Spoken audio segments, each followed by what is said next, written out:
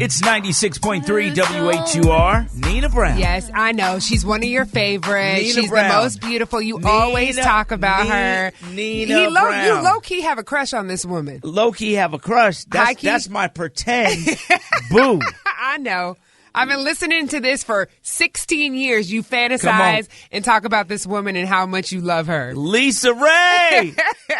That's right. You better love me because I need the love. Come on now. I love you, boo. Okay. Yes. How you been? What's happening? How are you? We are great. How you been? Well, I've been up and down all around. You know what I mean? The pandemic has done a little damage to us all. Yeah. But through it all, for me, I've been going through some things of healing and reflecting and, shedding and really just grabbing life by the balls, if you will, and just changing some things, you know what I mean? Just changing some things so I can become a better me, The final season premiere, I cannot Iyanla Van Zandt. Yes. And the one and only Lisa Raye. Lisa Raye. And I saw last season, your episode with your mom and your daughter was an explosive one because it really showed us a lot about Lisa Raye's life that we were not privy to. And I was actually really taken back that those things were happening, especially the dynamics with you and your mom. But I know those mom-daughter relationships are difficult. I struggle with mine as well. So tell us more about that. When you try to seek help, obviously you go and you say, you know what, look, I'm going to let all bars hold down. I'm not going to, pretend anymore. I can't suppress it. I need help. And that's what that first showing of Iyanla was for me. It was help me. So we went in, my mother and my daughter, and some things were revealed that I did not know that connected the dots on some things for me from even my youth, you know what I mean? And so when so much comes up, you try to dissect it, you try to place it and compartmentalize it, and you just can't. Like, I've watched the show over and over again. I've come home with some skills and some topics and some books and some therapy and all this stuff, and it was like, okay, where do I go from here? Which meant when Iyanla called me again for that checkup, and she asked me, do you feel that you've gotten everything that you need? And I was honest. And I said, no, And she said, do you want to come back? And one thing's for sure, I knew that if I went back by myself, that the focus would be on me because I knew that I was broken. And when you're broken, you tend to break others within your family. And I also knew that I was the meat between the sandwich here. So mom is old school. She going to be old school. She probably going to be like that forever. For the people who haven't seen the first episode, when Lisa Raye says she's old school, it almost seemed like to me, and please correct me if I'm wrong, it's like she really doesn't care about your success as far as the celebrity part of it. She's like, you're my daughter, and she has expectations of you that have nothing to do with who you are to the world. But yet, it seems like she wants something from you that is unrealistic. Because here's what people don't really realize. She always says this to me, you're not the same Lisa Raye that I raised. Right. And it's like the truth of the matter is that I'm not. Right. I'm not the same Lisa Raye that I was 10 years ago. You're talking about the Lisa Raye that was able to have the time to even cater to you because I was still in your house. Or that I had began my career and I was super excited about showing you absolutely everything. Well, now it's 20 plus years later. Now I'm in this thing and I'm in some other things and I am doing other stuff. You know what I mean? So I don't have that time to do that. And so now I have a granddaughter. Now my daughter and my granddaughter's home with me. Now I'm working for a total different reason, which is legacy, which is for truth, which is standing up for what I believe in and living my life in my prime.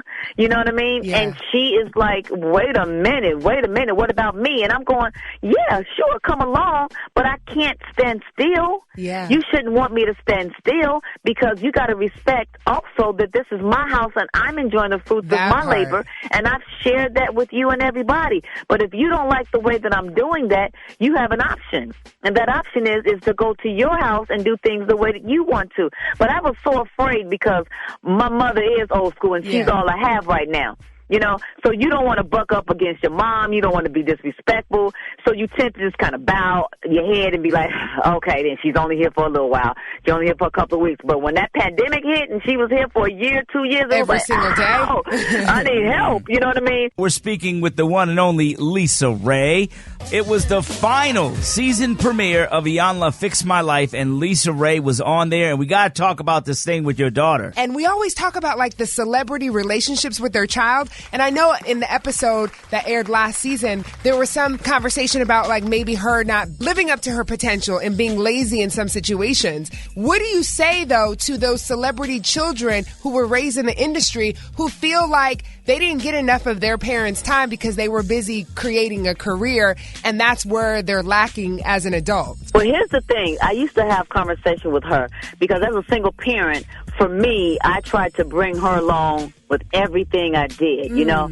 And then sometimes, you know, I didn't know what to do but to spoil her the way that I was raised, you know. So I just passed down what I knew to do. And I looked at myself in the mirror and said, hey, I turned out well and I was spoiled, so were you. But it wasn't the same for her, you know. I smothered her with, oh, if I can't take you, then I'll have someone take you and a friend so you won't miss out. But really, she wanted me. Wow. And at the same time, still instilling in her that, hey, it's only one of me, so that one of me will have to work so we can live and enjoy the fruits of our labor. So it's such a thin line between teaching that and them having that sense of entitlement, which was what my daughter was having a problem with, and then living in the shadows of being Lisa Raye's daughter. You know what I mean? She just could not find her own light, her own self, her own passion, because everything, she tried a little bit of everything and didn't one thing stick, and I didn't make it stick. So for her, it was like, I tried everything. I'm a master of none and a jack of all trades. Jack of all trades, master of none. A master of none. You know what I mean?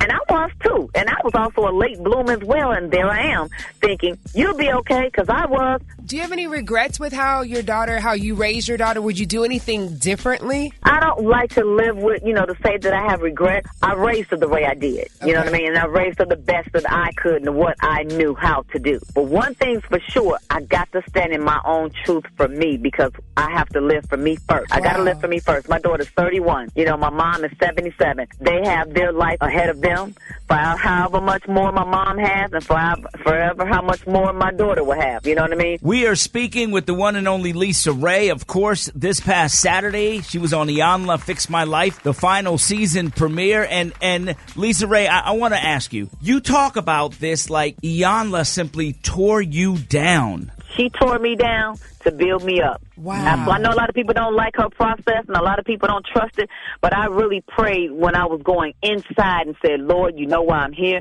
You know what I need. I'm going to let go and let God. Let you work. You handle this. Just please don't let her say anything that's going to make me run up out of here. I pray for the grace that I know you had to have to film that show. The first one, the first Iyanla episode, I got so much support because people were like, we had no idea. Wow. And thank you for sharing. This is me and my family, and you're courageous and keep going, and don't stop, and you did the right thing. And I got so much love and so much support that made me go, right, this is not just my story. This is a whole lot of people's story. And we get that in those stories from when we watching TV and the news and interviews. We get encouraged by those things if we allow it to, if we just stop the negativity and always, building that, if we can spread the positive. And it's like when you hear that and you see that, it does touch you. And I want to be able to touch people just like I need people to touch me as well, because that feeling of touch is what makes love go around. I got some things I'm going through, but you know what? This is life. And you know what I mean? I'd rather deal with this right now while I'm living, because I want to get it right and I want to live the best life I can, and I'm doing so. I am. Amen. I'm growing every day. Change is happening, and it's all good. All right. That's me. We love it. Ladies and gentlemen, we love Lisa Raye. You know I love you guys. We love you. All right. Pieces. It is 96.3 WA2R. Sounds like Washington.